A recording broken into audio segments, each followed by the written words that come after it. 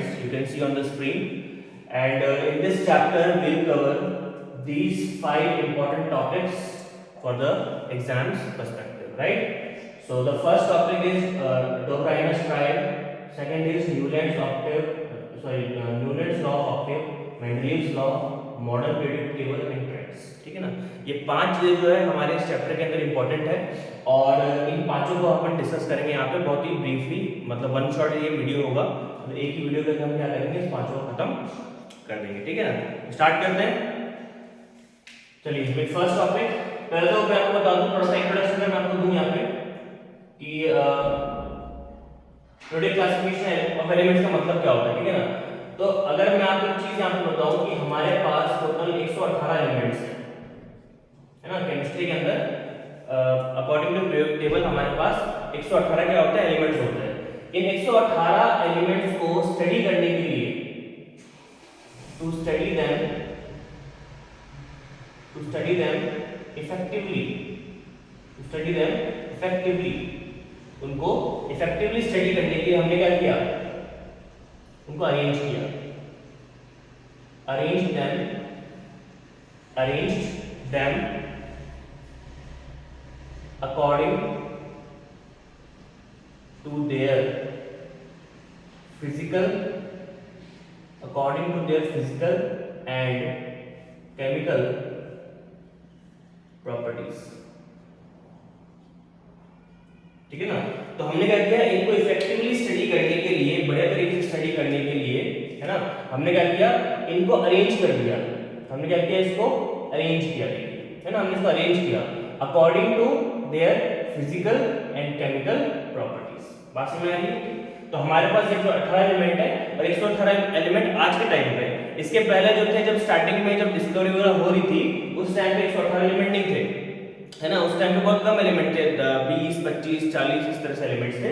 लेकिन वो डिस्कवरी होते आज हमारे पास 118 एलिमेंट्स हैं, और उनको हम लोग इफेक्टिवली स्टडी कर सकें, अच्छे से स्टडी करके हम बाहर चीजों में अप्लाई कर सकें, या किसी से कंपैरिजन करना हो वो कर सकें। सो इसके लिए हमने क्या किया, उनको अरेंज कर दिया, ठीक है ना। और कैसे अरेंज किया, according to their physical chemical properties. इसलिए हम आज उस अरेंजमेंट को क्या बोलते हैं, उसको अपन कहते हैं पीरियोडिक टेबल। क्या बोलते हैं जी, पीरियोडिक टेबल। ये चीज आपको बहुत अच्छे से क्लियर होना चाहिए कि what is the meaning of periodic table. पता लगा कि हमने पूरा चैप्टर पढ़ लिया, लेकिन यही नहीं मालूम कि आपसे पूछने में पीरियोडिक टेबल है क्या चीज, तो इसके बारे में आपको बहुत अच्छे से पता होना चाहिए, ठीक है ना। तो पीरियोडिक टेबल क्या है, सभी 118 एलिमेंट्स का एक प्रॉपर अरेंजमेंट है according to their physical and chemical properties, ठीक है। ये एक बहुत ही छोटा सा इंट्रोडक्शन है जो आपको पता होना चाहिए, ठीक है ना। तो ये देखिए, तो ये आपको पता होना चाहिए कि ये किस तरह से हम इसको इंट्रोड्यूस कर सकते हैं। अब पीरियोडिक टेबल देखने में कैसा होता है, तो अभी आपके स्क्रीन के उसको ऊपर, अभी आपके स्क्रीन के ऊपर क्या आ रहा होगा, पीरियोडिक टेबल पूरी आ रही होगी, ठीक है ना। उसको आप देख लीजिएगा अच्छे से, ठीक है। आपके स्क्रीन सामने दिख रहा होगा आपको, तो ये आपको बुक में ही मिल जाएगा, और बाकी अगर आप इंटरनेट वगैरह पे ढूंढेंगे तो वहां भी मिल जाएगा, ठीक है ना। तो यही होता है पीरियोडिक टेबल, और इसी के अंदर आपके सारे के सारे 118 एलिमेंट्स अरेंज, आप ध्यान से देख लीजिएगा, आपको पता लग जाएगा, ठीक है ना। चलिए बात करते हैं इस टॉपिक नंबर 1, डोब्राइनस ट्रायड, है ना। सीधे मुद्दे पे आते हैं, इधर की बातें नहीं करते। चलिए तो मैं लिखता हूं यहां पे heading,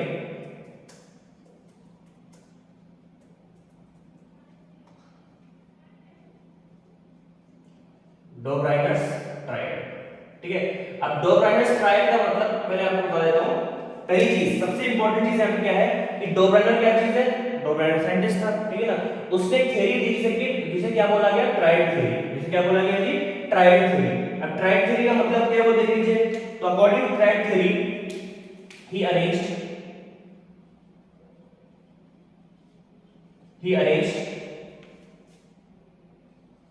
all the known elements, he arranged all the known elements into three groups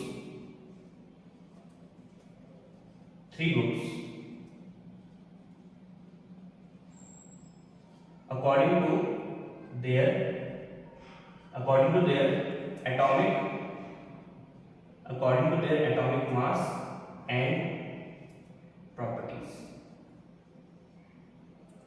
their mass and properties, ठीक है ना। तो डोमिनेंट ट्राइड की जब भी बात करेंगे तो आपके माइंड में चीज आनी चाहिए कि ट्राइड का मतलब होता है ग्रुप ऑफ 3, ठीक है ना।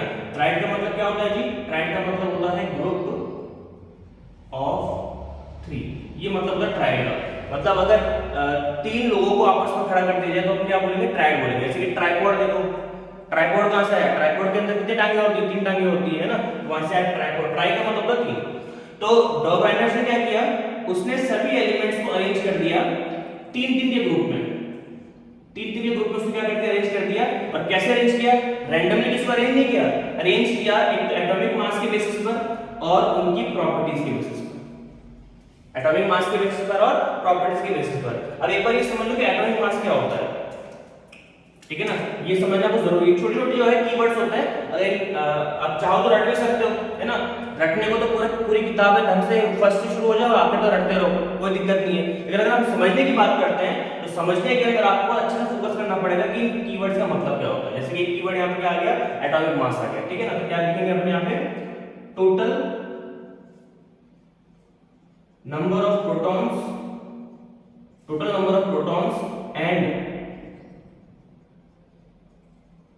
न्यूट्रॉन्स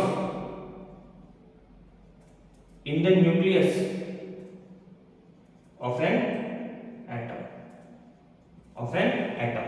मतलब किसी भी एटम, समझिएगा ध्यान से, किसी भी एटम के अंदर क्या होता है, पहली बात तो प्रोटॉन्स होते हैं, ठीक है। प्रोटॉन का मतलब क्या हो गया, पॉजिटिव पार्टिकल्स, ध्यान रखिएगा।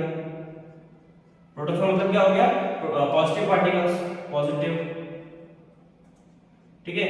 न्यूट्रॉन का मतलब क्या हो गया, neutral particles,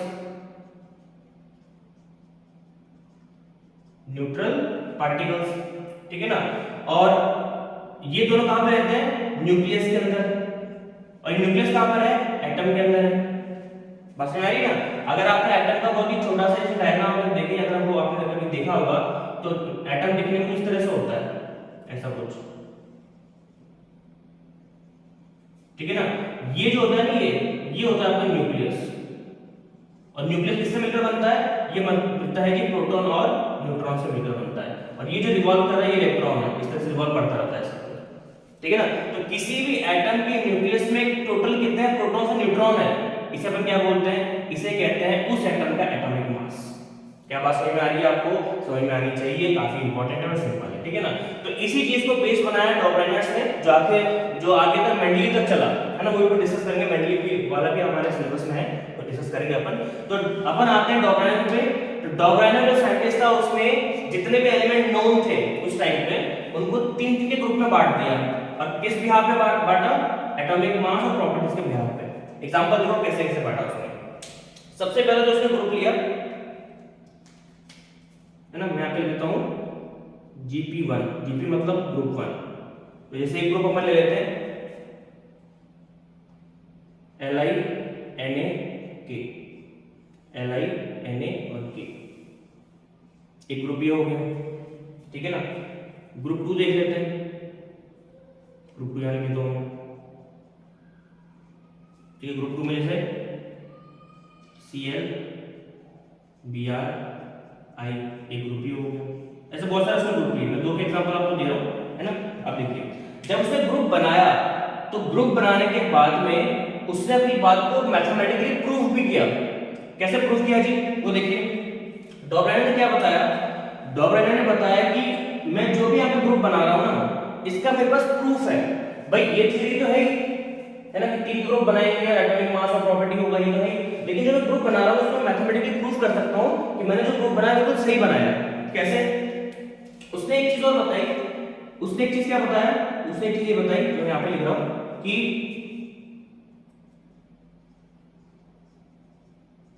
in a triad the average mass of middle atom या फिर middle element is always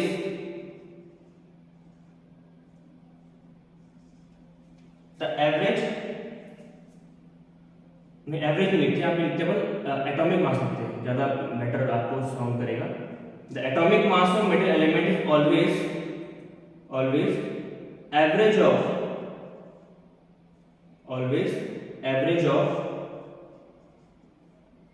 average of first and last elements, ये चीज ठीक है ना। तो उसने क्या बताया कि मैंने जो ग्रुप बनाया, तो अच्छे समझना बहुत इंपॉर्टेंट है, मैंने जो भी ग्रुप बनाया, जैसे मैंने एक ग्रुप बना दिया, ठीक है, तो बीच वाले का जो भी एटॉमिक मास होगा ना वो एवरेज होगा किसका, इन दोनों का, मतलब इन दोनों का एवरेज निकाल लो, इन दोनों का एवरेज किसका एवरेज आ जाएगा, Na का एवरेज आ जाएगा। अब उसने प्रूफ भी किया, कैसे देखिए ध्यान से, तो इसका तो हमें पता नहीं है, क्वेश्चन आगे रहने दो। लिथियम का उसने बता दिया था, मतलब उस टाइम पे नोन था लिथियम का, तो कितना होता है 7, ठीक है 7 ग्राम होता है ना। पोटेशियम का उसने बता दिया था कितना होता है, पोटेशियम का उसने बता दिया कि 39 होता है ग्राम। अब दोनों का एवरेज निकाल लो, तो Na का एवरेज आ जाएगा, कैसे आएगा देखिए, that is Na equals to, ये कितना आ गया तुम्हारा, that is 7 plus 39 divided by 2, यही है। तो 39 और 7 कितना होता है, 39 और 1 होता है 40, 46, तो 46 डिवाइडेड बाय 2 कितना हो जाएगा 23। और ये बिल्कुल सही स्टेटमेंट है, सही प्रूफ उसने दिया था। आज भी सोडियम का कितना है एटॉमिक मास, दैट इज 23 ग्राम। क्या मेरी बात सबको समझ में आ रही है? तो ये मैंने कुछ नहीं किया है, ये सब डॉबराइन ने बताया था अपनी थ्योरी को प्रूव करने के लिए। पहली चीज उसने ये बताई और आखिर में उसने ये बताई ताकि उसकी थ्योरी क्या हो जाए, एक तरह से स्टैब्लिश हो जाए और काफी साल तक फेमस भी रही, काफी साल तक चली भी उस टाइम पर, ठीक है ना। चलिए ये आपको समझ में आ गया होगा, नया जो वीडियो को थोड़ा सा पीछे ले जाओ, वापस समझ लो, समझ जाओगे, ठीक है। ग्रुप 2 देख लेते हैं। अब ग्रुप 2 के अंदर मिडिल वाले का नहीं पता, अगेन हमें नहीं पता मिडिल वाले का, ठीक है, लेकिन हमें सीएल का पता है। सीएल का कितना होता है 36 ग्राम। आई का कितना होता है, दैट इज 127 ग्राम, ठीक है। तो बताओ कैसे निकलेगा बीआर का, बीआर का निकल जाएगा that is 36 plus 127 upon 2, yes और नो, कंप्लीटली यस। तो 127 और 6 कितना होता है, 127 सॉरी 36 कितना होता है, दैट इज ये हो जाएगा तुम्हारा 13 1 5 और 6 और ये 163 अपॉन 2, ठीक है। और 163 अपॉन 2 कितना होता है, दैट इज 2 8 जा 16, 2 1 जा 2 पॉइंट, ये हो गया तुम्हारा 5 81.5, ठीक है ना। तो आज भी आप देखोगे तो जो बीआर का जो है वो इसी का अप्रॉक्स है, कितना है 80 81 के आसपास ही है, ठीक है ना। ये किसने बताया था सबसे पहले, ये बताया था डॉबराइन ने, 81 के आसपास जो होगा वो इसका होगा, ठीक है ना।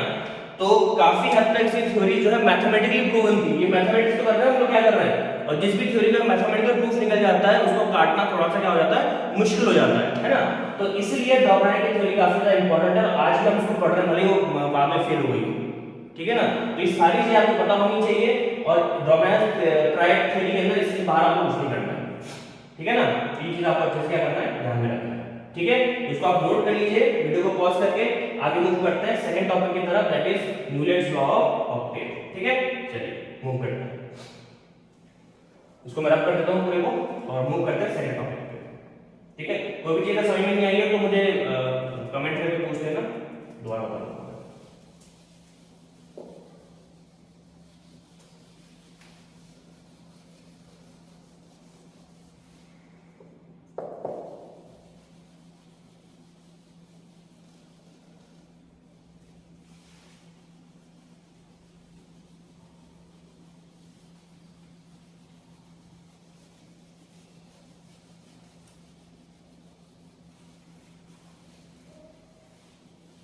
चलिए आगे मूव करते हैं, टॉपिक नंबर 2 पे, that is Newlands law of Octave, ठीक है। मैं शॉर्ट में लिखा हूं NLO, ठीक है ना, न्यूलैंड्स लॉ ऑफ ऑक्टेव को शॉर्ट में लिखा हूं टाइम बचाने के लिए। चलिए अब न्यूलैंड्स लॉ ऑफ ऑक्टेव क्या, अब डॉबराइन ने क्या किया था, जितने भी एलिमेंट्स नोन थे उनको तीन तीन ग्रुप में बांट दिया, लेकिन वो काम थोड़ा सा लेंथी और हेक्टिक भी है, ठीक है ना। तो इतने सारे मान लो फ्यूचर में और भी एलिमेंट डिस्कवर होंगे, ऐसा नहीं कि भाई 20-30 के अंदर अपन अटक जाएंगे, और भी डिस्कवर होंगे, तो सबको क्या तीन दिन की उसमें डिवाइड करेंगे अपन, कितना लेंथी काम हो जाएगा। इसलिए इसका अच्छा सॉल्यूशन टाइम बचाने के लिए, टाइम को थोड़ा अच्छे से यूटिलाइज करने के लिए साइंटिस्ट आए न्यूलैंड, और न्यूलैंड ने क्या बोला कि आप एलिमेंट्स को on the basis of their physical chemical property तीन तीन के ग्रुप में डिवाइड मत करो, आप 8 के ग्रुप में डिवाइड करो, ठीक है। और 8 ही क्यों बोला उसने, क्योंकि उसने यूज किया था म्यूजिकल नोट्स का कंसेप्ट, ठीक है ना। म्यूजिकल नोट्स आप जानते हैं वेस्टर्न और इंडियन के अंदर दोनों में म्यूजिकल नोट्स यूज होते हैं, ठीक है ना। तो म्यूजिकल नोट्स के जो ऑक्टेव्स होते हैं, है ना, आप जानते हैं जैसे कि हमारे हिंदुस्तानी म्यूजिक के अंदर भी है सारे गामा पाधा निसा, ठीक है ना, ये क्या ऑक्टेव्स हैं, ठीक है ना। सा के बाद स्टार्टिंग का तो सा से और आखिर में भी क्या आता है, सा पे जाके खत्म हो जाता है वो, तो ये है ऑक्टेव। तो ऑक्टेव को बेस बनाते हुए न्यूलैंड ने क्या किया, थ्योरी प्रपोज की। तो क्या क्या बताया इसने, तो पहली चीज के अंदर जो आपको ध्यान में रखनी है वो क्या चीज है, पहली चीज ये है कि ही arranged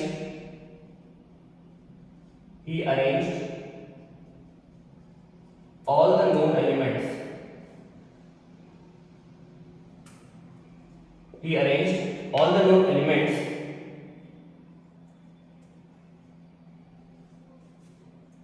according to their physical and chemical according to their physical and chemical properties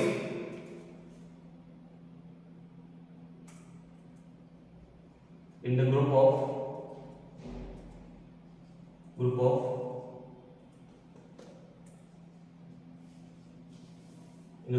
8, ठीक है ना।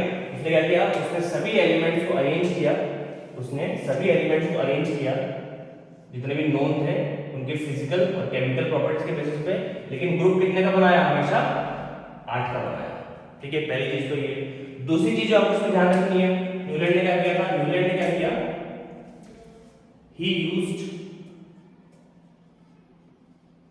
the concept of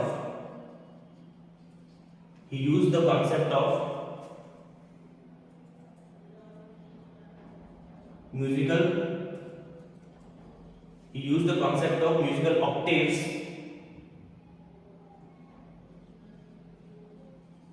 to arrange his elements,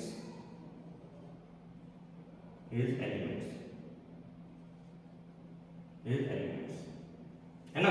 तो उसने क्या किया, उसने अपने एलिमेंट्स को अरेंज करने के लिए म्यूजिकल नोट्स का सहारा लिया, ठीक है। और जब उसने म्यूजिकल नोट्स का सहारा लिया तब उसने क्या बोला, तब उसने ये बोला कि जिस तरह से जो फर्स्ट नोट होता है म्यूजिकल सीरीज का, वो हमेशा अपने आप को रिपीट करता है लास्ट नोट में।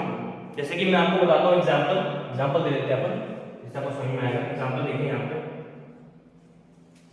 सबसे पहले अपन बात करते हैं, ठीक है, अपन बात करते हैं पहले हिंदुस्तानी म्यूजिक की, है ना, हिंदुस्तानी की बात करते हैं,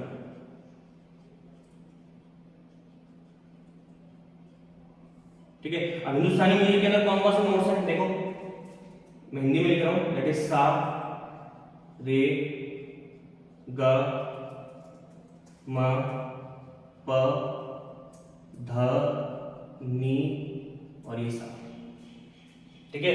तो फर्स्ट 1 2 3 4 5 6 7 8, देखिए फर्स्ट और 8 नोट दोनों सेम ही नहीं है, बिल्कुल सेम है। चलिए अब बात करते हैं अपन वेस्टर्न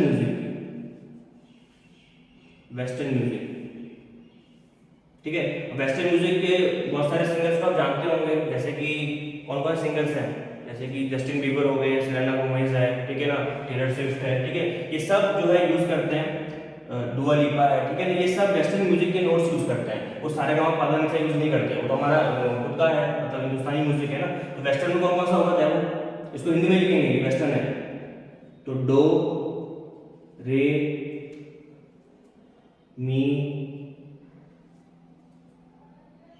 ठीक है, डो रे मी, फा, सी, ला टी डो, ये देखिए डो रे मी फारसी ला टी डो। ठीक है, देखो फर्स्ट और लास्ट तो देख लेना, ऐसे चेक कर लेना, कुछ ऐसा ही है ना। तो फर्स्ट और 8 देखो मैच कर रहा है कि नहीं कर रहा है, तो उसने इसका ही यूज करते हुए अपना कंसेप्ट दिया। ठीक है ना, कौन सा कंसेप्ट, एलिमेंट्स को अरेंज करने का।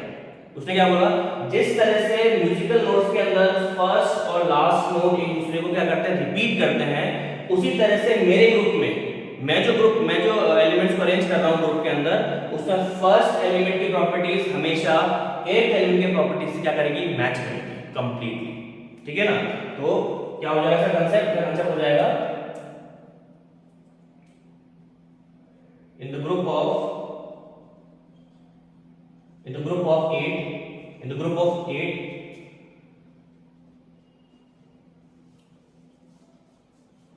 properties of first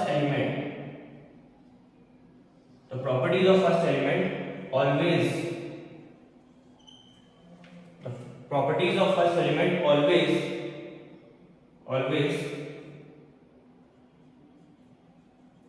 always repeated with eighth element।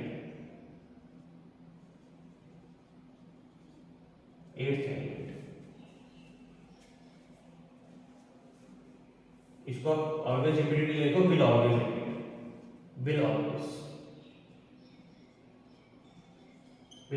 Repeat ना, will always repeat with 8 element. बात समझ में आ रही है? तो पूरा कांसेप्ट उन्होंने वेस्टर्न म्यूजिक का उठा दिया,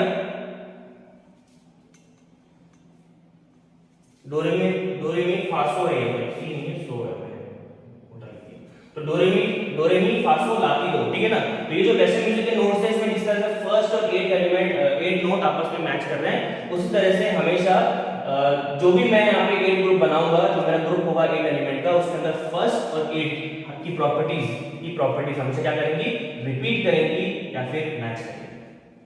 बात समझ में आ रही है? ये था न्यूलैंड का पूरा लॉ, पूरी थ्योरी। ठीक है, अब एग्जांपल देखो फटाफट, एग्जांपल देखिए। ठीक है, एक एग्जांपल दूंगा, ज्यादा इसमें कुछ खास है नहीं। ठीक है, तो देखिए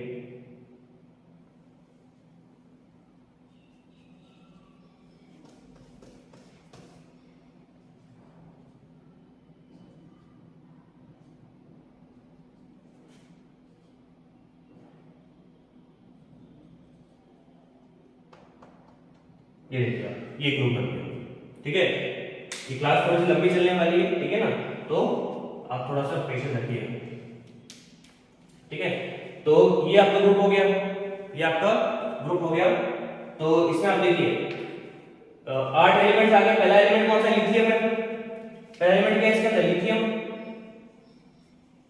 इस तरह से कुछ है ना, तो लिथियम को देखो आप लाइन खींचते हैं यहाँ पे, तो लिथियम से अगर आप गिनना चालू करोगे तो और सोडियम तक आता है 8 हो जाएगा। ये कैसे, 1 2 3 4 5 6 7 और 8। ठीक है, अब देखिए लिथियम क्या चीज है बताइए, लिथियम है जी आपका, लिथियम क्या है, लिथियम है आपका मेटल। ठीक है, लिथियम मेटल है। लिथियम जो है आपका इलेक्ट्रॉन देता है, इलेक्ट्रॉन डोनेट्स देता है। ठीक है ना, और हमेशा क्या बनाता है, पॉजिटिव आयंस। ठीक है ना, और कंडक्ट्स इलेक्ट्रिसिटी। तभी तो बैटरी में लगता है, आजकल तो मोबाइल की बैटरी आती है, किसकी बनती है, लिथियम की बनती है ना, पता होना चाहिए, एंड हीट। ठीक है, तो ये लिथियम की प्रॉपर्टीज है, ये सब किसकी प्रॉपर्टीज है, लिथियम की।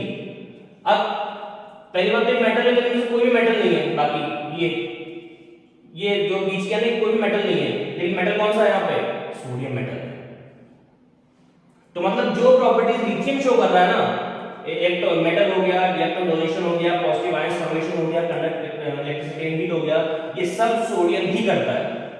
तो बताओ क्या लिथियम और सोडियम की प्रॉपर्टीज मैच कर रही है?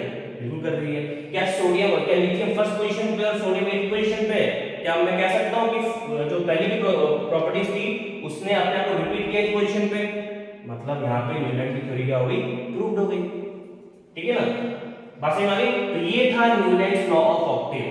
मतलब इसने ऐसे बहुत सारे ग्रुप बनाए थे, मैंने आपको एक एग्जांपल दिया, बाकी आपको बुक के अंदर मिल जाएगा, आप देख लीजिएगा उसके अंदर। तो इसके अंदर क्या है कि फर्स्ट जो ग्रुप होगा, फर्स्ट जो एलिमेंट होगा आपका, वो हमेशा अपनी प्रॉपर्टीज रिपीट करेगा किसके साथ में? एट ग्रुप के साथ में। इसलिए बाद में क्या किया गया? बाद में इसको उठा के इसके नीचे रख दिया गया। आप भी याद देखना periodic टेबल के अंदर जो सोडियम है वो इसके नीचे आता है। ठीक है ना? तो ये चीज थी। अब सवाल आया कि फिर ये थ्योरी फेल क्यों हो गई? तो फेल होने का कारण ये था कि भाई उस टाइम पे जब न्यूटन था ना, तो उस टाइम पे केवल 64 से लेकर 66 एलिमेंट्स ही नोन थे और उन सब में ये एप्लीकेबल था। लेकिन इसके बाद में इतने भी एलिमेंट्स आए उन पे ये एप्लीकेबल नहीं हो रहा था। इसलिए क्या किया गया? इस थ्योरी को फेल कर दिया गया कि ये केवल यहां तक के लिए सीमित है, फ्यूचर में जो भी एलिमेंट्स आएंगे उनके लिए ये एप्लीकेबल नहीं है। समझ में आ गई सबको? ठीक है, इसको आप नोट कर लीजिए, वीडियो को पॉज करके कोई सवाल हो तो कमेंट में पूछ लीजिएगा, मैं बता दूंगा आपको। उसके बाद में क्या करते हैं, थर्ड टॉपिक की तरफ मूव करते हैं जो कि इंपॉर्टेंट है। ठीक है, चलिए स्टार्ट करो, मैं रब करता हूँ।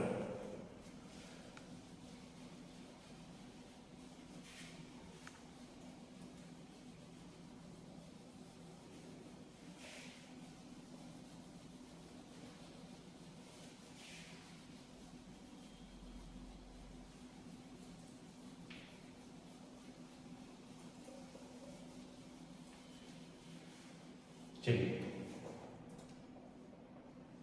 आगे बढ़ते हैं। तो हमारा थर्ड जो टॉपिक है यहाँ पे आप देख सकते हैं क्या लिखा हुआ है यहाँ पे साइड में, जो मैंने यहाँ पे इंडेक्स बना रखा है उसमें मैंने लिख रखा है मेंडलीव्स लॉ।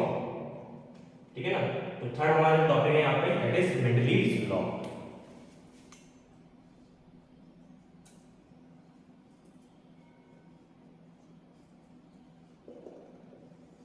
मेंडलीव्स लॉ, ठीक है ना? अब मेंडलीव्स को अगर आप ध्यान से पढ़ेंगे ना, इसका पूरा नाम था दिमित्री इवानोविच मेंडलीव, ऐसा ही कुछ प्रोनाउंसिएशन है इसका, देख लीजिएगा।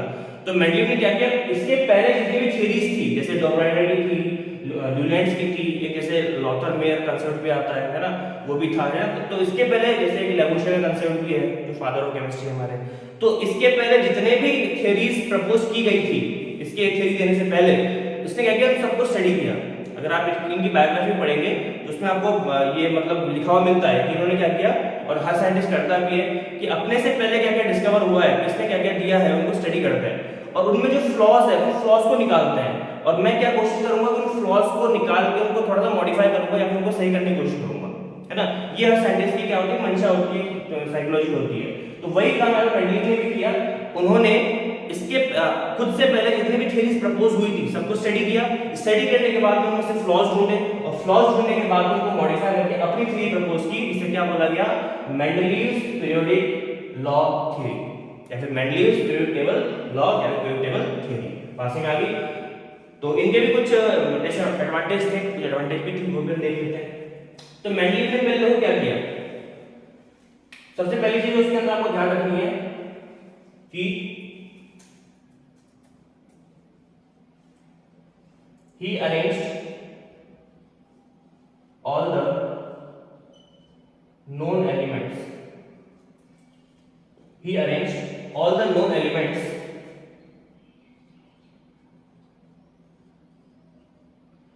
on the basis of increasing atomic mass only. ठीक है, पहले चीज ध्यान रखिएगा कि इन्होंने जो भी एलिमेंट्स को अरेंज किया, जितने भी नोन एलिमेंट्स को अरेंज किया, इसके बेसिस पे किया on the basis of increasing atomic mass, और उन्होंने कोई भी सारे जितने भी और बेसिस उनको रिजेक्ट कर दिया। ठीक है ना? चलिए, तो पहली चीज आपको ध्यान रखनी है। दूसरी चीज, he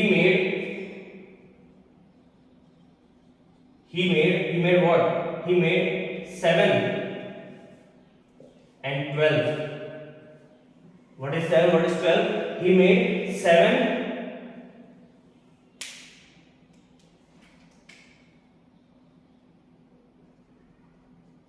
horizontal columns. Sorry horizontal lines या ग्रुप बोल लीजिए, हॉरिजॉन्टल ग्रुप्स, हॉरिजॉन्टल ग्रुप्स, जिसको उन्होंने क्या बोला, जिसको उन्होंने बोला पीरियड, क्या बोला है ना, पीरियड, ठीक है ना। Hence, so not hence, and after making the 7 horizontal groups, he also classified all the elements in 12 groups, 12 vertical groups, यानी vertical columns आप बोल लीजिए, vertical columns, और इन vertical columns को क्या बोला इन्होंने, ग्रुप बोला, ग्रुप, मतलब उन्होंने अपनी खुद की पीरियोडिक टेबल को 7 हॉरिजॉन्टल लाइंस के अंदर, हॉरिजॉन्टल ग्रुप्स के अंदर और 12 वर्टिकल कॉलम्स के अंदर क्या कर दिया है, इसको डिवाइड कर दिया, ठीक है ना। अब इनके लॉ को पीरियोडिक लॉ क्यों बोलते हैं, what do mean by periodic, ठीक है ना। तो मीनिंग क्या होता है पीरियोडिक लॉ को भी आप देख लीजिए।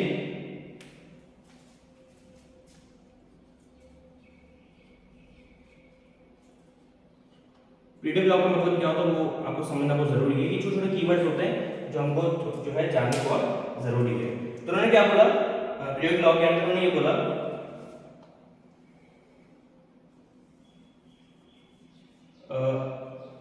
या फिर आप इसको इस तरह से डिफाइन करेंगे बहुत ही सिंपल लैंग्वेज में, each element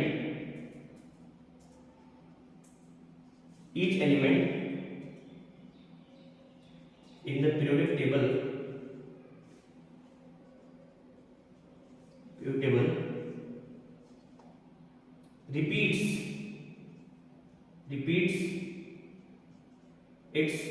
repeats its physical and chemical properties,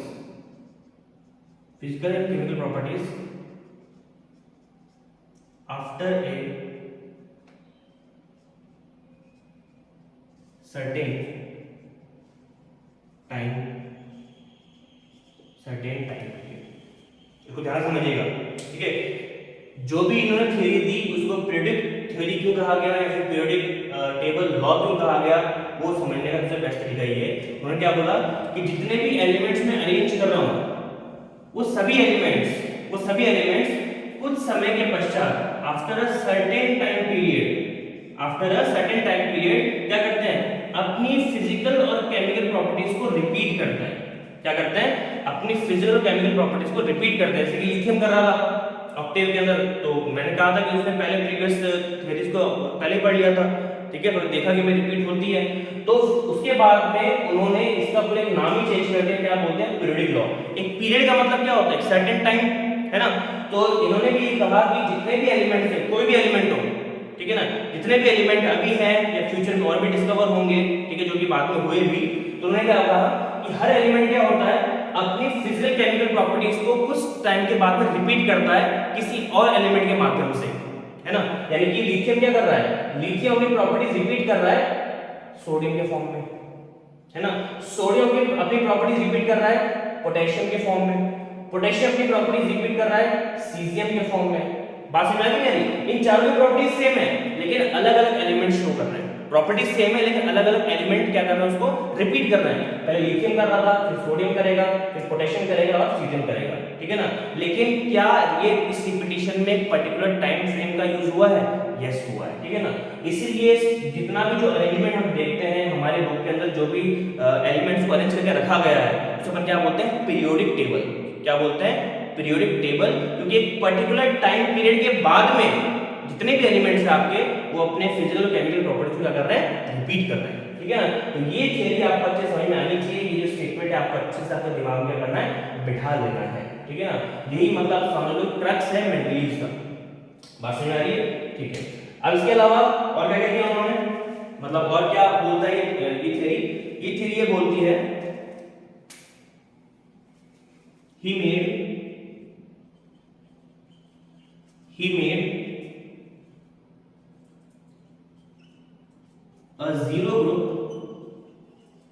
made a zero group for those elements for those elements having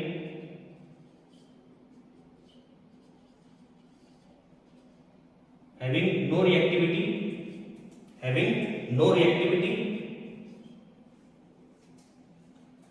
and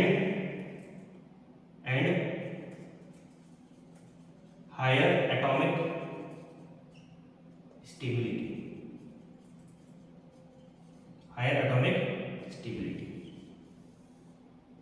ये समझ में आ रही है सबको। इन्होंने क्या किया, इन्होंने जब एलिमेंट्स को ये अरेंज कर रहे थे तो उस टाइम पे इन्होंने क्या किया, उन्होंने एक ऐसा ग्रुप बना दिया, ठीक है, जिसके अंदर कुछ खास प्रॉपर्टीज थी, ठीक है ना। खास किस तरह से, उन्होंने क्या कहा कि कुछ एलिमेंट्स ऐसे होते हैं जिनकी रिएक्टिविटी कैसी होती है, 0 के बराबर होती है, क्योंकि कोई रिएक्टिविटी होती नहीं, मतलब किसी से रिएक्ट करते ही नहीं है ना, और रिएक्ट नहीं करते लेकिन फिर भी उनकी स्टेबिलिटी कैसी है, हाई है।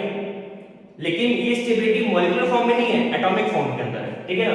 मतलब ऐसे एलिमेंट जिनकी एटॉमिक स्टेबिलिटी बहुत ज्यादा है और किसी भी रिएक्ट करना पसंद नहीं करते हैं, इन एलिमेंट को हम क्या करेंगे, इस ग्रुप में रख देंगे, और इस ग्रुप को क्या बोला गया, जीरो ग्रुप। क्या बोला गया, जीरो ग्रुप, जिसको आज हम लोग 18 ग्रुप के नाम से जानते हैं, ठीक है ना। और उसका नाम क्या है, नोबल गैसेस या फिर इनर्ट गैसेस, ठीक है ना। एग्जांपल इसका देख लीजिए, एग्जांपल क्या है, जैसे हीलियम हो गया, नियॉन हो गया, आर्गन हो गया, है ना। तो जैसे 3 एलिमेंट की मैं बात करूं तो तीनों किसी भी रिएक्ट करने की बात नहीं करते, मतलब आगे भी होता है, लेकिन ये मैंने आपको 3 एग्जांपल दिया है। ये एलिमेंट ऐसे हैं जो किसी भी रिएक्ट करना पसंद नहीं करते, लेकिन इसकी स्टेबिलिटी मैक्सिमम है। बाकी जितने भी एलिमेंट की स्टेबिलिटी की होगी ना, उससे ज्यादा स्टेबिलिटी किनकी है, इनकी है, चाहे हीलियम हो गया, नियॉन हो गया और आर्गन हो गया। अगर आप पीरियोडिक टेबल में देखोगे, आपको इस स्क्रीन पे भी दिख रही होगी, तो आप देखोगे कि उसके अंदर क्या है कि सबसे जो लास्ट वाले, इधर वाले जो है ना, सबसे लास्ट वाले जो 80 नंबर डाला हुआ है, वो सारे के सारे एलिमेंट क्या कर रहे हैं, वो सारे के सारे एलिमेंट आपके किसी भी रिएक्ट नहीं कर रहे, हमेशा एटॉमिक फॉर्म में रहेंगे, हमेशा किस में रहेंगे, एटॉमिक फॉर्म में रहेंगे। आप इसको बुक में भी देख सकते हो और आपको स्क्रीन पे भी दिख रही होगी, ठीक है ना। चलिए आगे मूव करते हैं, एक लास्ट पॉइंट और देख लेते हैं मेंडलिव्स के बारे में, ठीक है। he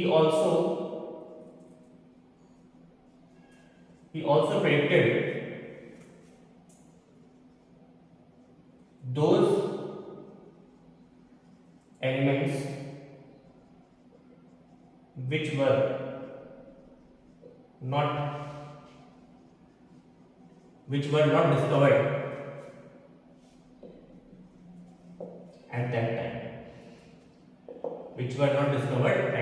तो उन्होंने क्या किया, उन्होंने कुछ ऐसे एलिमेंट्स को भी प्रेडिक्ट कर लिया था, ऐसे एलिमेंट का भी पता लगा लिया था जो उस टाइम पर डिस्कवर नहीं किए थे, जब मतलब उस टाइम को क्या थे, अननोन थे, लेकिन उन्होंने प्रेडिक्ट कर दिया कि ये एलिमेंट ऐसा होना चाहिए, ऐसा आएगा, ठीक है ना। एग्जांपल, ठीक है, जैसे कि उन्होंने एक जैसे ग्रुप है, आप 13 ग्रुप देखोगे तो उसके अंदर आता है एल्यूमिनियम, ठीक है ना। इस तरह से मतलब जो 13 ग्रुप है ना, उसमें आप देखोगे बोरोन आता है, उसके बाद में एल्यूमिनियम आता है, ठीक है ना। उसके बाद में इस तरह से बॉक्स खाली था, मेडली के टाइम में जो बॉक्स भर गया है, बताऊंगा क्या है वो। फिर एक जैसे है कार्बन, सिलिकॉन, और ये इस तरह से बॉक्स खाली हो गया था, ठीक है। तो उन्होंने बॉक्स खाली छोड़ के यहाँ पे लिख दिया कि यहाँ पर कौन सा एलिमेंट आने वाला है, उसका नाम भी लिखा था, ठीक है ना। उसका नाम क्या लिखा, तो उन्होंने इस बॉक्स का नाम लिखा, इस एलिमेंट का नाम लिखा एका एल्यूमिनियम, ठीक है ना। इस एल्यूमिनियम की चीज क्या आ रही है, सिलिकॉन की चीज जो आ रहा है वो एका सिलिकॉन। इन्होंने क्या बताया कि जो एका एल्यूमिनियम और एका सिलिकॉन जो आएंगे, इनकी प्रॉपर्टीज बाकी ग्रुप से क्या करेगी, मैच करेगी। ये उन्होंने पहले प्रेडिक्ट कर दिया, नाम नहीं दिया था, नाम उन्होंने ऐसे दिया। एका का मतलब क्या होता है, आफ्टर दैट, है ना, मतलब इसके बाद में क्या आएगा, ठीक है ना।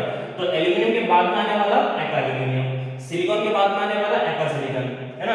जिसको बाद में जब बाद में डिस्कवर किया गया, तभी देखा गया कि भाई एक्चुअल में इसकी प्रॉपर्टी इससे मैच कर रही थी, इसलिए इसका नाम क्या दे दिया गया, according to the studies, gallium, ठीक है ना। और जो एका सिलिकॉन था उसका नाम क्या दिया गया, जर्मेनियम। बात समझ आ गई। तो उन्होंने क्या किया, उन्होंने काफी सारी चीजें ऐसी की जो बाकी लोगों के लिए पॉसिबल नहीं थी या बाकी लोगों के लिए काफी ज्यादा यूनिक थी, है ना। तो बस इतना ही आपको मेंडलीव्स लॉ के अंदर क्या करना है, पढ़ना है और उसको समझना है। ठीक है ना। चलिए अब हम बात करते हैं, ये तो सारे हो गए इसके मेरिट्स, मतलब क्या क्या उन्होंने किया। अब कुछ के डिसएडवांटेज भी हैं, वो भी हम देख लेते हैं, और वो भी एग्जाम में कई बार पूछ लेते हैं, तो वो आपको पता होना चाहिए कि डिसएडवांटेज क्या क्या है इसके।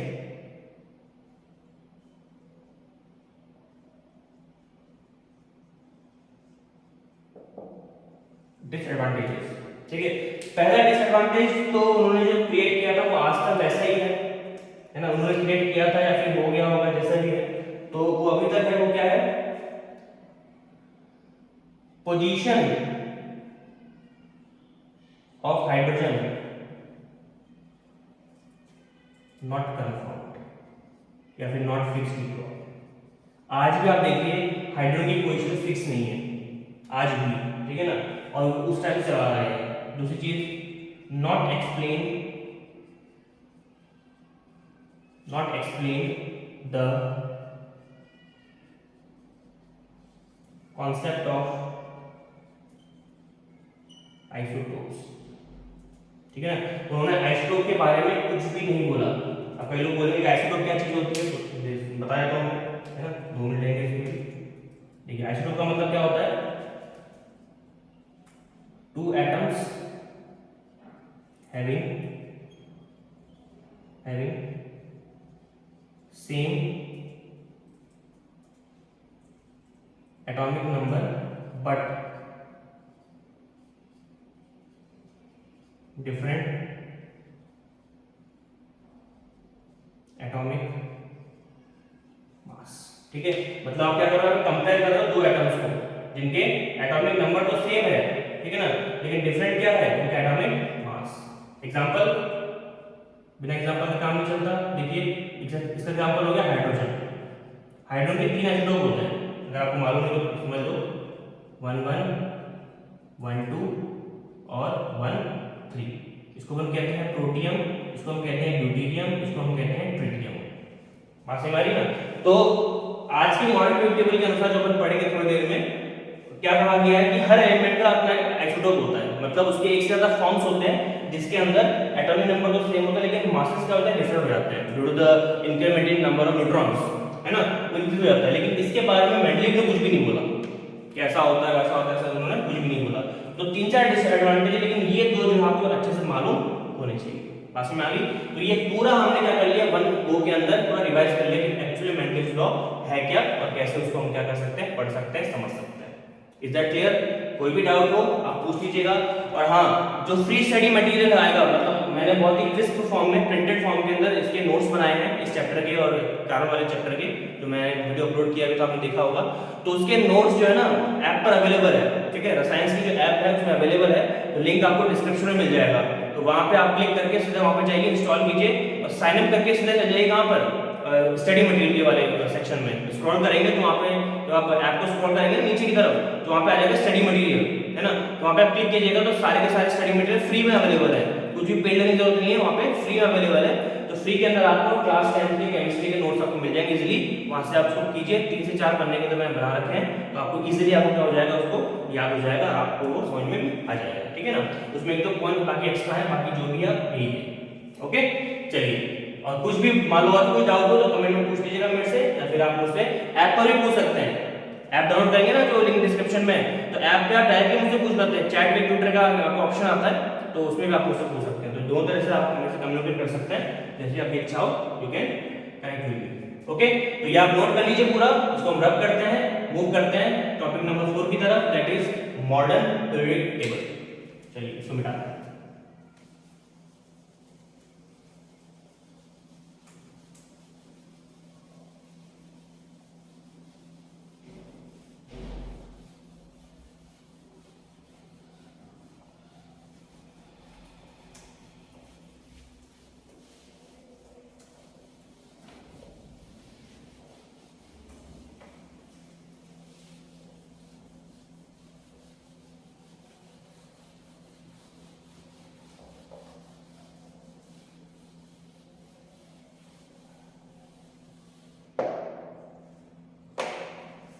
चलिए आगे बढ़ते हैं विद मॉडर्न पीरियोडिक टेबल, ठीक है ना।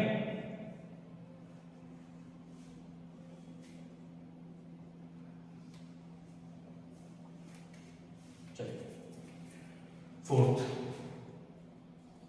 मॉडल पीरियोडिक टेबल, शॉर्ट में लिख रहा हूं मैं एमपीटी, ठीक है ना, शॉर्ट में लिख देते हैं एमपीटी। चलिए तो इसमें देख लेते हैं हम लोग। पहली चीज जो इसमें आपको ध्यान रखना है, मॉडल पीरियोडिक टेबल वही है जो आपकी किताबों में छपा हुआ है। किताबों में जाएंगे ना, लास्ट में बड़ी सी टेबल छपी हुई है इस तरह से, ऐसे देखिए ऐसा कुछ मिलेगा आपको,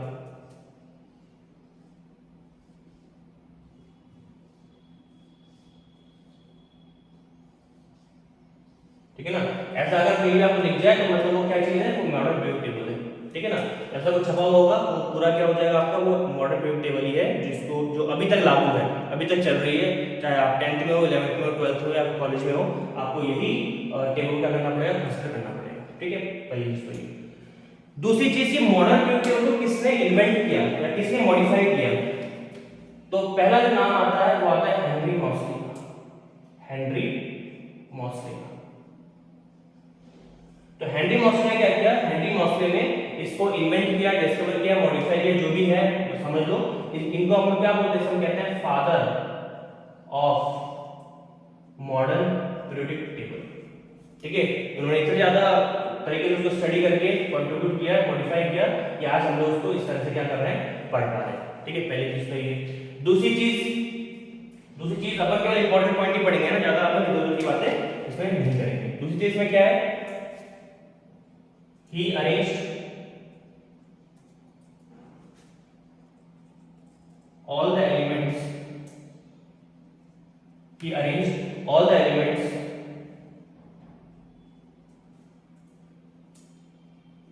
on the basis of, he arranged all the elements on the basis of increasing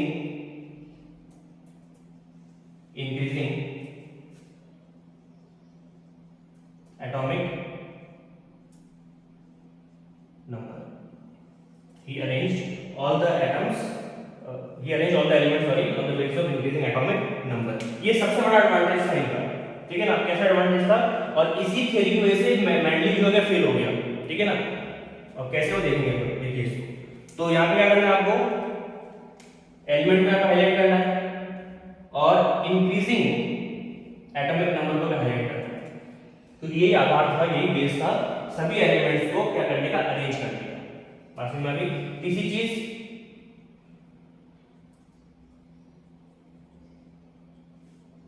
he classified all the elements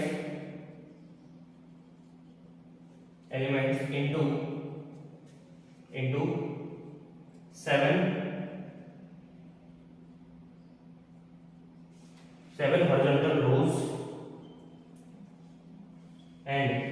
horizontal rows and 18 vertical columns, ठीक है। 7 horizontal rows and 18 vertical columns।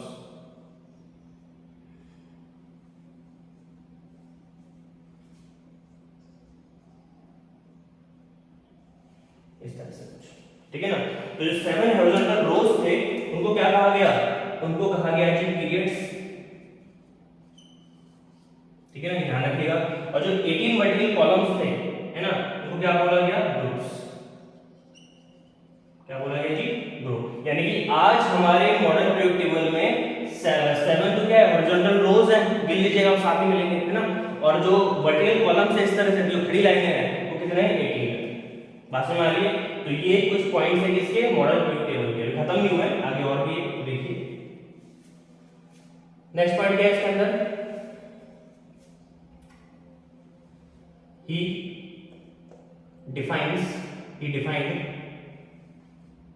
defined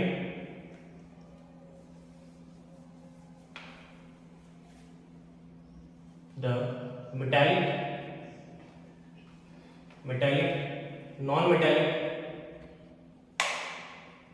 metallic, non-metallic and he defined the metallic and non-metallic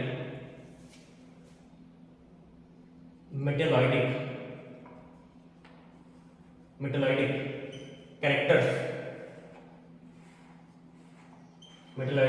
characters of arranged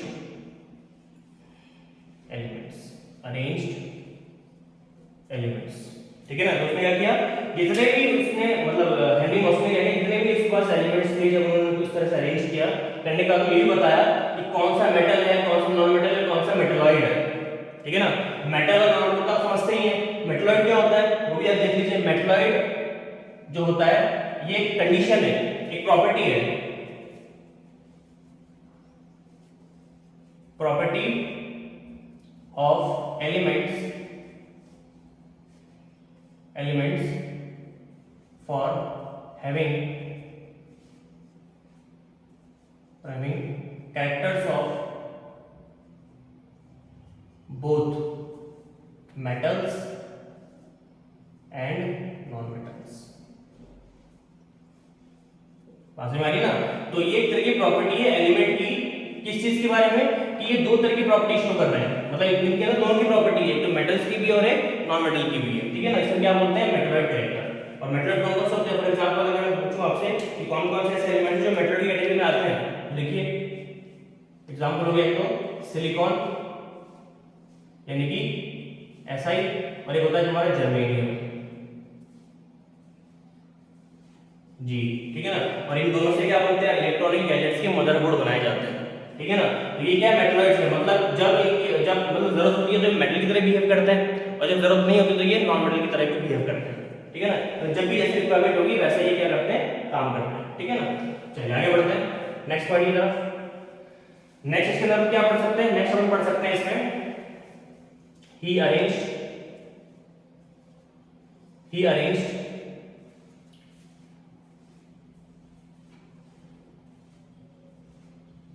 all the elements into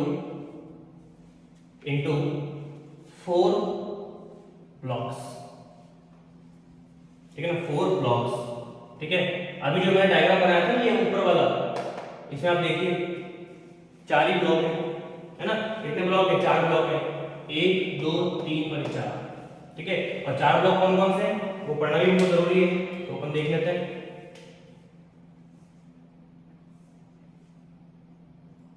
तो एक तो इसके अंदर आपका S block, एक होता है इसके अंदर आपका P ब्लॉक, एक होता है इसके अंदर आपका D ब्लॉक, और एक होता है इसके अंदर आपका F block, S P D F। ठीक है, यहाँ पे देखिए आप सब लोग देखिए, यहाँ पे ये होता है तुम्हारा S, ये हो जाएगा तुम्हारा D, ये हो जाएगा तुम्हारा P, और ये हो जाएगा तुम्हारा F। ठीक है ना, तो सभी एलिमेंट्स को उन्होंने क्या किया, 4 ब्लॉक में डिवाइड कर दिया, S P D F। ठीक है ना, और बेस क्या था, बेस क्या था, बेस ये था on the basis of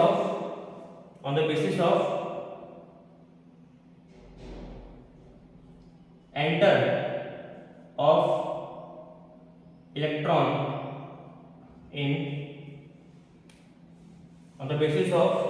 of electron in last orbital। ये इसका बेस था, मतलब जो इलेक्ट्रॉन है, ठीक है ना, जो इलेक्ट्रॉन है आपका लास्ट इलेक्ट्रॉन वो कहां पे एंटर कर रहा है, अगर वो s ऑर्बिटल में एंटर कर रहा है तो s ब्लॉक, d ब्लॉक में एंटर कर रहा है तो d ब्लॉक, p में कर रहा है तो p ब्लॉक, और s में कर रहा है तो s ब्लॉक। तो कौन से ऑर्बिटल में लास्ट इलेक्ट्रॉन एंटर कर रहा है, उसी के बेस पे उसने क्या किया, हेनरी मॉसली ने 4 ब्लॉक्स के अंदर इसको क्लासिफाई कर दिया। ठीक है ना, पीरियोडिक टेबल आप देखेंगे तो आपको इजीली समझ में आ जाएगा, तो डोंट वरी अबाउट इट। आगे बढ़ते हैं, आगे बढ़े, चलिए नेक्स्ट मूव करते हैं आगे। अगला उन्होंने क्या बताया, अगला उन्होंने बताया है इन्होंने क्या बताया, the zero group,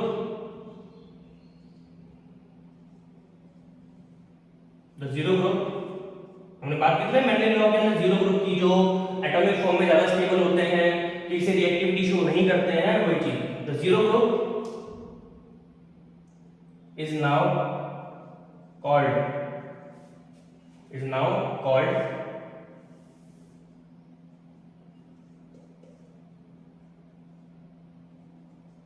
inert gas group। तो जो जीरो ग्रुप था वो जीरो ग्रुप क्या बन गया, जीरो ग्रुप बन गया इनर्ट गैस ग्रुप। क्योंकि इनर्ट गैस का मतलब क्या होता है, ऐसी गैसेस, पहली बात तो एटॉमिक फॉर्म में रहेंगे, वो तो सारी गैस की फॉर्म में रहने वाले, कोई भी सॉलिड लिक्विड तो होता नहीं है। ठीक है ना, तो ऐसे गैसेस जो किसी से रिएक्टिविटी शो नहीं करते हैं, या फिर सबसे ज्यादा स्टेबल होते हैं without reacting with anyone, that is called inert gas. ठीक है, इनर्ट का मतलब होता है नो रिएक्टिविटी या फिर नॉन रिएक्टिव, राइट, इस तरह से। तो ये हमारे 1 2 3 4 5 6 पॉइंट है जो आपको मॉडल पीरियोडिक टेबल पढ़ने हैं with proper definition and proper understanding, right. अब एक लास्ट चीज और है वो अपन देख लेते हैं, उसके बाद में अपन लास्ट टॉपिक की तरफ मूव करेंगे। हेनरी मॉसले ने जब मॉडल पीरियोडिक टेबल दिया तब दो चार चीजें और बताई, ठीक है, वो क्या बताया वो देख लीजिए आप। इन्होंने क्या बताया कि जो मतलब उन्होंने नेम दिया, नेम ही नेम्ड, अब लिखता हूं मैं, he named individual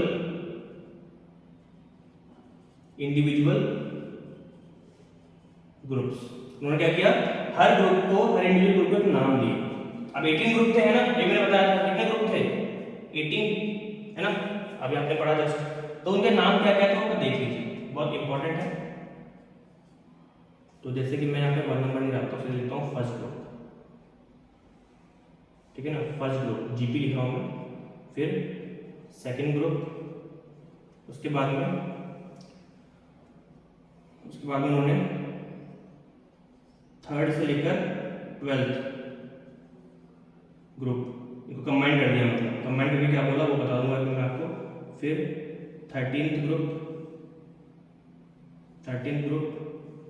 फिर 14th ग्रुप, ठीक है, उसके बाद में 15th ग्रुप, उसके बाद में 16th ग्रुप, और फिर 17th ग्रुप, लास्ट में 18th ग्रुप। तुमने क्या किया, इन सबकी नेमिंग करी। अब नेमिंग किस तरह से करी, बहुत इंपॉर्टेंट है, ध्यान रखिएगा इसको, देखिए। तो फर्स्ट ग्रुप उन्होंने क्या बोला, उन्होंने बोला एल्कली मेटल्स। क्या बोला जी, एल्कली मेटल्स। उनको एल्कली मेटल्स क्यों बोला, एल्कली मेटल्स, क्योंकि these metals can easily react with water. लिख लेना पहले, इसमें लिखवा रहा हूं, these metals can easily react with water and forms strong alkali solution. These metals can easily react with water and forms a strong alkali solution, ठीक है ना, इसे क्या बोला गया, एल्कली मेटल्स बोला गया। दूसरे ग्रुप को क्या बोला गया, एल्कली अर्थ मेटल्स। क्या बोला गया जी, alkali earth metals. Earth metal क्यों बोला, क्योंकि जो सेकंड ग्रुप में जितने मेंबर्स हैं वो अर्थ क्रस्ट पे इजीली अवेलेबल हो जाते हैं, मतलब इनकी अबंडेंस थोड़ी सी क्या है, ज्यादा है। बाकी वो काम वही करते हैं, वाटर से रिएक्ट करते हैं और स्ट्रॉन्ग एल्कली सॉल्यूशन बनाते हैं, जैसे अभी भी इनका नाम क्या है, एल्कली, ठीक है। बात करते हैं थर्ड से लेकर 12th ग्रुप के बीच में, इसको हम क्या बोलते हैं, इसे कहते हैं ट्रांजिशन एलिमेंट्स।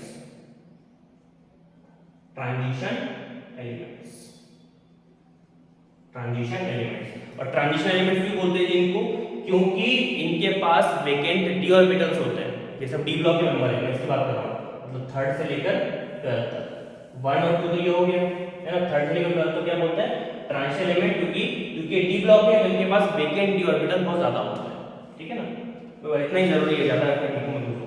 13 को हम कहते हैं जी बोरोन फैमिली। क्या बोलते हैं, बोरोन फैमिली, क्योंकि फर्स्ट एलिमेंट क्या होता है इसका, बोरोन होता है, ठीक है ना। बात करते हैं 14th ग्रुप की, क्या बोलेंगे इसको, कार्बन फैमिली। क्या बोलेंगे जी, कार्बन फैमिली, ठीक है ना। 15 ग्रुप की बात करें इसको अपन कहते हैं निकोजेंस। क्या बोलते हैं इसको, निकोजेंस। निको का मतलब होता है थोड़े कम रिएक्टिव या फिर लेस रिएक्टिव, है ना, निकोजेंस। 16 को क्या बोलते हैं, चाल्कोजेंस। चाल्को वर्ड का मतलब क्या होता है, ओर फॉर्मिंग नेचर, मतलब ये जो 16 ग्रुप के जो मेंबर्स होते हैं वो जनरली ओर्स में ज्यादा मिलते हैं, मतलब किसी भी एलिमेंट के साथ कंबाइन कर जाएंगे और कंबाइन करने के बाद क्या बना देंगे, ओर बना देंगे, इसलिए ओर फॉर्मिंग नेचर होता है चाल्कोजेंस। 7 में क्या बोलते हैं हम लोग, हेलोजेंस। क्यों, इनकी रिएक्टिविटी बहुत ज्यादा है। हेलो का मतलब होता है हाईएस्ट रिएक्टिविटी या फिर हाई रिएक्टिविटी, तो बहुत ज्यादा रिएक्टिविटी, मतलब किसी भी रिएक्ट कर जाते हैं। और 18 आप जानते हैं, मैंने बताया, that is inert gases. Inert gases जो किसी रिएक्ट नहीं करते, नॉन रिएक्टिव, या फिर इसको क्या बोलते हैं, एक नाम और है इसका, दैट इज नोबल गैसेस। बात समझ आ रही है। तो इस तरह से आप क्या करोगे, एनपीटी को कंप्लीटली क्या कर दोगे, डिफाइन कर दोगे और उसको अच्छे से क्या कर लोगे, अंडरस्टैंड कर लोगे। अब इससे बाहर आपको एनपीटी पढ़ने की जरूरत नहीं है, इससे कुछ और अगर पढ़ते हैं तो वेल एंड गुड है, आपकी नॉलेज बढ़ेगी। बाकी एग्जामिनेशन के लिए इससे ज़्यादा आपको पढ़ने की आवश्यकता क्या है, नहीं है। ठीक है ना, तो इसको आप नोट कर लीजिए वीडियो पॉज करके, और फ्री स्टडी मटेरियल आपको मिल जाएगा ऐप पर, मैंने बता दिया तरीका डाउनलोड करने का, लिंक डिस्क्रिप्शन में है ना, साइन अप कर लेना। और लास्ट में अगर मूव करते हैं इसको मिटा दें, ठीक है। चलिए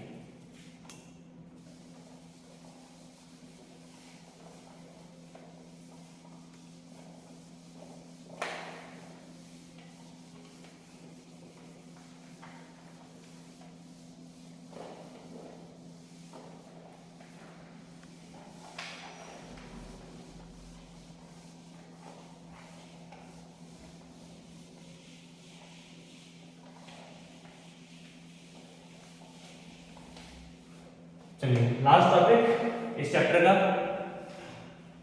दैट इज ट्रेंड्स। बहुत जल्दी खत्म हो जाएगा, ज़्यादा बड़ा नहीं है, जल्दी से ये फिनिश अपन कर देंगे। ट्रेंड्स, अब ट्रेंड्स का मतलब क्या होता है? ट्रेंड्स का मतलब ये होता है कि एलिमेंट्स जो है ना, जो हमने अरेंजमेंट कर रखा है एलिमेंट्स के साथ में, उनकी प्रॉपर्टीज किस तरह से क्या कर रही है, वर्क कर रही है। अगर हमने स्टडी किया है, अगर हमने एलिमेंट्स को स्टडी किया है तो किस लिए किया है, ताकि हम किसी पर्टिकुलर ग्रुप को या एलिमेंट को स्टडी कर सके इफेक्टिवली, है ना। तो उसको स्टडी करने के लिए हमको ट्रेंड स्टडी करना ही बहुत जरूरी है कि मतलब क्या ट्रेंड है, इस ग्रुप में क्या ट्रेंड है ना, ये मतलब ये ग्रुप किस तरह से वर्किंग करता है। ये सारी चीजें हम किसमें पढ़ते हैं, ट्रेंड के अंदर पढ़ते हैं। और अगर बहुत ही शॉर्ट में अगर आपको बताऊं कि ट्रेंड क्या होता है, तो ट्रेंड का मतलब ये होता है कि कोई भी ऐसे ग्रुप है, कोई भी अगर कोई ग्रुप है, तो वो ग्रुप या फिर वो एलिमेंट किसी दूसरे एलिमेंट के साथ में, चाहे दूसरे ग्रुप का हो या सेम ग्रुप का हो, किस तरह से बिहेव कर रहा है, बात समझ में आ रही है। इसको हम कहते हैं ट्रेंड। और पहला जो ट्रेंड आप इसमें लिखेंगे वो लिखेंगे किसके यहाँ पर, एटॉमिक साइज के बिना पर, एटॉमिक साइज के बिना पर। अब कैसे लिखेंगे बिल्कुल ध्यान से देखिएगा। तो सबसे पहला पॉइंट इसमें आपको क्या लिखना है, सबसे पहले पॉइंट के अंदर आपको लिखना पड़ेगा कि on moving down the group में अगर आप नीचे जाओ down the group, atomic size increases, atomic size increases. ठीक है, इसके दूसरी ओर on moving left to right in period, on moving left to right in period, atomic size decreases,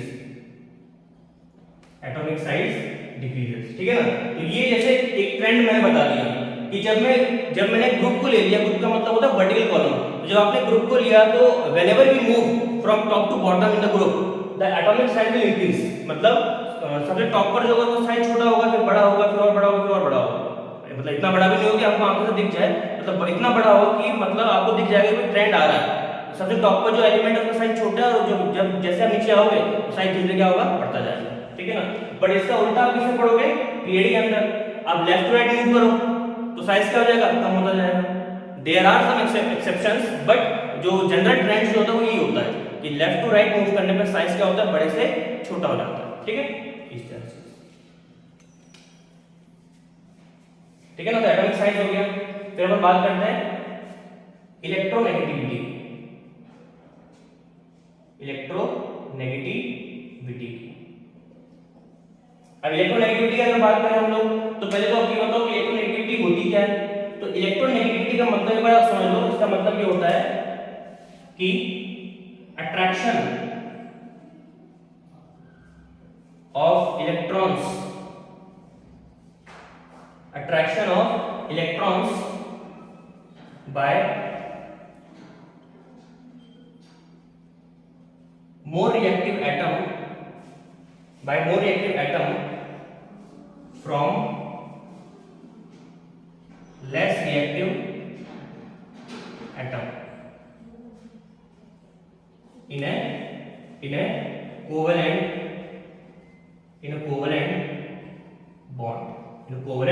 bond. Example देखो, सपोज कीजिए हमारे पास है, एग्जांपल अगर देखें हमारे पास सपोज HCl है ना। अब HCl है तो H और Cl में Cl की रिएक्टिविटी हाईएस्ट होती है, तो Cl क्या करेगा, पूरे के पूरे इलेक्ट्रॉन क्लाउड को अपनी तरफ खींच लेगा, और जैसे अपनी तरफ खींचेगा तो इसके पास इलेक्ट्रॉन की डेंसिटी क्या हो जाएगी, बहुत ज्यादा बढ़ जाएगी। इलेक्ट्रॉन डेंसिटी इसके बाद बहुत ज्यादा बढ़ जाएगी, और जिसके पास इलेक्ट्रॉन डेंसिटी बढ़ जाती है उसके बाद क्या होता है, उसके पास हो जाता है डेल्टा नेगेटिव, और उसके पड़ोस वाले के पास क्या हो जाएगा, डेल्टा पॉजिटिव। पास में आइए, इसे अपन कहते हैं इलेक्ट्रॉन नेगेटिविटी। मतलब कोवेलेंट बॉन्ड जो यहाँ पे कीवर्ड है, इसका मतलब ये होता है कि कोवेलेंट बॉन्ड के अंदर ही ऑब्जर्व किया जा सकता है जनरली, ठीक है ना। There are some exceptions, but generally covalent bond के अंदर ही ऑब्जर्व किया जाता है, और वहां पे देखा जाता है कि कौन सा एटम बॉन्ड में ज्यादा रिएक्टिव है ना। जैसे H2 में आप देखो ऑक्सीजन इज मोर रिएक्टिव, तो दोनों हाइड्रोजन के इलेक्ट्रॉन को अपनी तरफ खींच लेगा, क्या बन जाएगा, डेल्टा नेगेटिव बन जाएगा, है ना, इस तरह से। तो जो भी मोर रिएक्टिव होता है वो हमेशा लेस रिएक्टिव के इलेक्ट्रॉन को अपनी तरफ क्या करता है, अट्रैक्ट कर लेता है, इसे हम क्या बोलते हैं, इलेक्ट्रॉन नेगेटिविटी। अब इसमें ट्रेंड कैसे पढ़ेंगे जी, जैसे पहले पढ़ा था वैसे ही पढ़ेंगे। जब आप टॉप से बॉटम में जाओगे, जब आप टॉप टू बॉटम जाओगे, है ना, किसके अंदर, ग्रुप के अंदर, तो क्या होगा,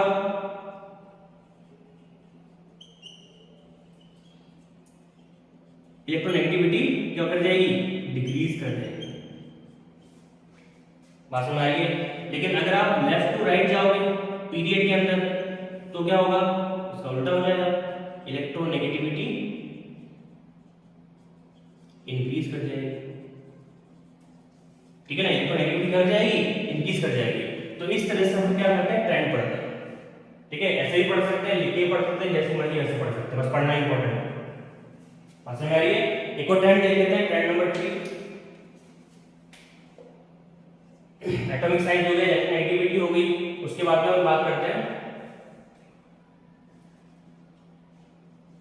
मेटालिक नेचर, मेटालिक नेचर की बात करते हैं, ठीक है ना। अब मेटल तो आप जानते हो क्या होता है ना, कोई भी अगर ऐसा एलिमेंट जो इलेक्ट्रॉन्स का कंडक्शन करे, इलेक्ट्रिसिटी का कंडक्शन करे, हीट का कंडक्शन करे, इलेक्ट्रॉन को डोनेट कर सके, वो सब क्या है, मेटल्स हैं। और पॉजिटिव आयंस बना सके, वो सब क्या है, मेटल के गुण होते हैं, मेटल की प्रॉपर्टीज होती है। अपार्ट फ्रॉम दिस सोनोरस होता है, मैलिएबल होता है, डक्टाइल होता है ना, ये सारी चीजें जो है हम मेटल के बारे में पढ़ते हैं। तो इसमें ये ट्रेंड देखा जाता है कि जब आप टॉप टू बॉटम जाते हो, जब आप कहां से कहां जाते हो, ग्रुप में टॉप टू बॉटम आप जाते हो, तो मेटालिक कैरेक्टर जो है या मेटालिक नेचर जो है वो क्या करता है, क्या होता है, वो इंक्रीज हो जाता है, वो होता है इंक्रीज, ठीक है। लेकिन अगर आप लेफ्ट टू राइट चले गए, मान लो पीरियड के अंदर लेफ्ट टू राइट, तो क्या देखा गया है कि मेटालिक जो नेचर होती है वो क्या हो जाती है, गैस करो, डिक्रीज हो जाती है, ठीक है ना। मेटालिक नेचर क्या हो जाती है, डिक्रीज हो जाती है। तो टॉप टू बॉटम पे इंक्रीज होगी और लेफ्ट टू राइट में क्या हो जाएगी, डिक्रीज कर जाएगी। ये आपको पता होना चाहिए मेटालिक बेस के अंदर, ठीक है ना। फिर हम बात करते हैं फोर्थ, एक और बात कर लेते हैं फोर्थ की, that is balance.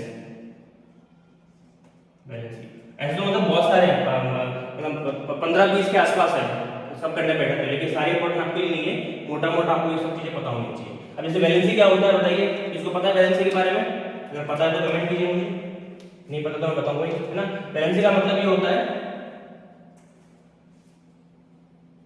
How many electrons are present, how many electrons are present in the outermost shell of an atom, or number of electrons required to gain maximum stability। पास में आ रही है। तो वैलेंसी का मतलब क्या होता है, किसी भी एटम के आउटरमोस्ट शेल में मतलब जो उसका सबसे बाहर का जो रीजन होता है वहां पर कितने इलेक्ट्रॉन प्रेजेंट है, एक तो वो होगी इसकी वैलेंसी, या फिर किसी एटम को मैक्सिमम स्टेबिलिटी गेन करने के लिए और कितने इलेक्ट्रॉन की रिक्वायरमेंट है, कितने इलेक्ट्रॉन की आवश्यकता है, उसको हम क्या बोलते हैं, उसकी वैलेंसी बोलते हैं। बात समझ में आ रही है, बताऊंगा चाहिए आपको। तो जब अपन टॉप टू बॉटम मूव करते हैं ग्रुप के अंदर, तो वैलेंसी जो होती है वो इंक्रीज होती है, उसका मतलब इंक्रीमेंट होता है ना। तो वैलेंसी, ठीक है, जनरली कांस्टेंट होती है, जनरली हम बात करें जनरली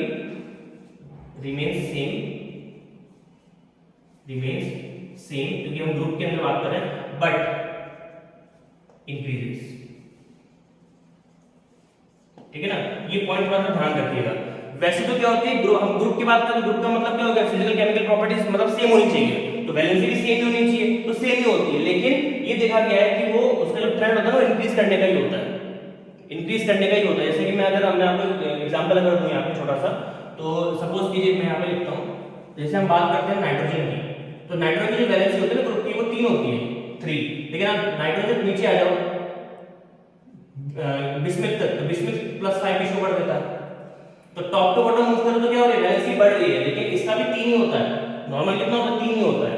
तो वैलेंसी जनरली क्या होती है, सेम होती है, लेकिन वैसे इंक्रीज होती है। लेकिन लेफ्ट टू राइट में ध्यान रखिएगा, जब आप लेफ्ट टू राइट मूव करेंगे तो वैलेंसी क्या होगी, वैलेंसी हो जाएगी जी डिक्रीज, वैलेंसी डिक्रीज कर जाती है, ये ट्रेंड होता है। तो आज हमने इस चैप्टर को कंप्लीटली फिनिश कर दिया है एक ही गो के अंदर, वन शॉट के अंदर, ताकि आपका कम टाइम के अंदर ज्यादा से ज्यादा चीजें आप क्या कर सके, रिवाइज कर सकते हैं। ये ही आपके लिए इंपॉर्टेंट है इस चैप्टर के अंदर और टर्म 2 के अंदर स्पेशली। ठीक है ना, तो इसको आप अच्छे से करिएगा, सब चीज हमने रिवाइज करिए, सब चीज हमने देखिए। फिर भी कोई डाउट हो तो आप मुझसे डायरेक्टली कांटेक्ट कर सकते हैं, या तो आप मेरे चैनल पे कीजिएगा या फिर ऐप पे कर लीजिएगा, लिंक डिस्क्रिप्शन में है, उसको डाउनलोड कीजिए। ठीक है, उसके अंदर फ्री स्टडी मटेरियल है, उसको देखिए, पढ़िए। 4 से 5 पेज के अंदर मैंने पूरा चैप्टर निपटा दिया है, चाहे कार्बन वाला हो या फिर ये वाला हो, है ना। तो आप उसको पढ़ सकते हैं, और पेड नहीं है, बिल्कुल फ्री है। फ्री वाले सेक्शन में जाएंगे, स्क्रॉल करेंगे ना ऐप को साइन अप करने के बाद में, तो उसमें लिखा आएगा स्टडी मटेरियल, उसमें आप देख लीजिएगा। ठीक है ना, आप चाहे तो ऐप के अंदर मुझसे डायरेक्टली कॉन्टैक्ट भी कर सकते हैं, चैट पे ट्विटर का एक ऑप्शन होता है, उसमें आप मुझे मैसेज लिखेंगे, मैं आपको रिप्लाई करूंगा, जो भी डाउट है वो कर सॉल्व कर लेंगे। ठीक है, तब तक के लिए thank you so much everybody, all the best for your examinations, have a good day, bye bye and keep learning.